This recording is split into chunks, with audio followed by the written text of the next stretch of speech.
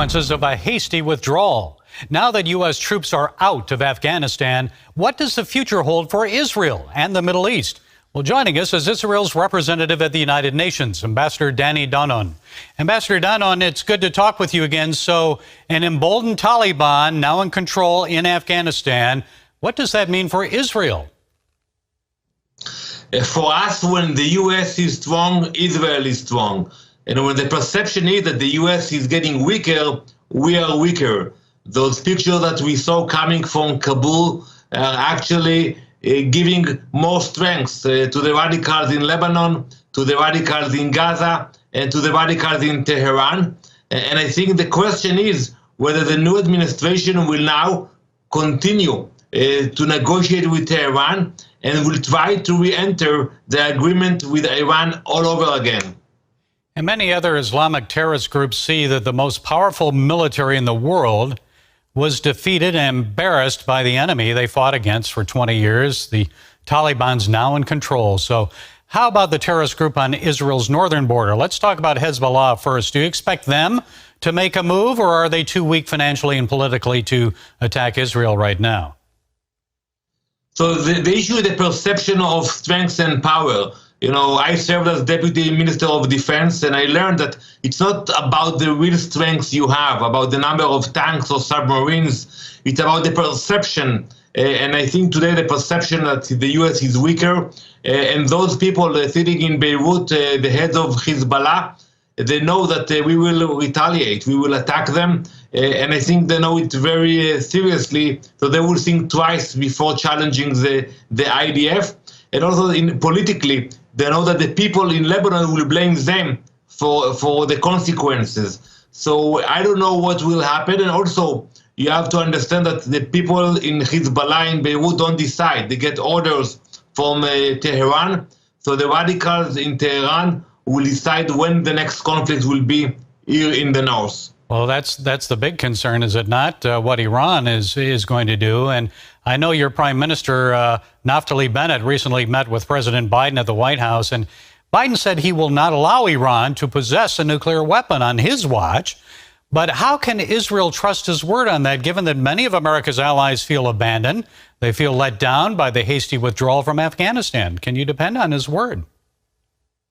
We have to trust ourselves. History has taught us that we have to be the ones securing our future and our well-being.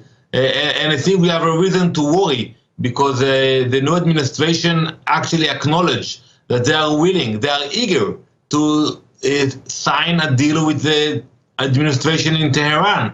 I don't know why, but now the only reason that we don't have agreement is because the leadership in Tehran are not willing to negotiate with the U.S. I hope it will stay that situation, because the last thing we want is another bad agreement that will allow Iran to become nuclear, allow them to send their proxies weapons and funding. We don't want to see it becoming a reality. Many Americans believe Israel may be forced to act alone against Iranian nuclear weapons. Prime Minister Bennett suggested that Israel will take steps against the Islamic Republic a little bit at a time.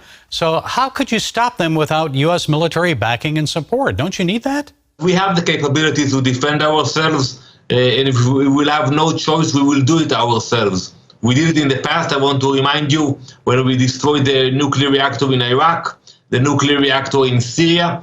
We hope it will not be the case that it will be only Israel against the radicals of Iran. But if nothing will stop them, we will be there to stop them. And in Israel, Defense Secretary Benny Gantz recently met with Palestinian Authority President Mahmoud Abbas, and he made offers of financial assistance to the PA. So what and who's behind that offer? So we have some kind of a dialogue with the PA. You know, when we were in government, we made sure that it will not be in the highest levels, because we have to remember that President Abbas still supports terrorism. They pay salaries to convicted terrorists, and I don't think he deserves the respect he got from Minister Gantz. That's the decision of the new government here in Israel, and I think we should coordinate few things with the PA, but we should not give the respect to Abbas while he supports terrorism. Do you think this is designed to kind of negate Hamas and kind of get them out of the picture and get more Palestinians to support the PA, or what's behind that? No, I think, there are issues to coordinate with the PA. Maybe there were pressure coming from the new administration. One cannot ignore that the meeting between the defense minister and Abbas took place a few hours after Prime Minister Netanyahu came back from Washington. And I'm sure this issue was also brought up in the discussions between President Biden and Prime Minister Bennett. So do you think it helps or weakens Israel negotiating with the PA? I don't think you should negotiate directly with the president of the PA. I think you should not give them the legitimacy. We should demand them to stop sponsoring terrorism. And if we need to coordinate a few issues, we know we have professionals on the ground who can do that. Well, we know the high holy days are coming on shortly in Israel, and all of our viewers will be praying for you and praying for Israel. And we always pray for the peace of Jerusalem. Ambassador Danny Danon, Israel's representative to the United Nations, thank you for sharing your time and your insights with us. Shalom. Shalom, shalom.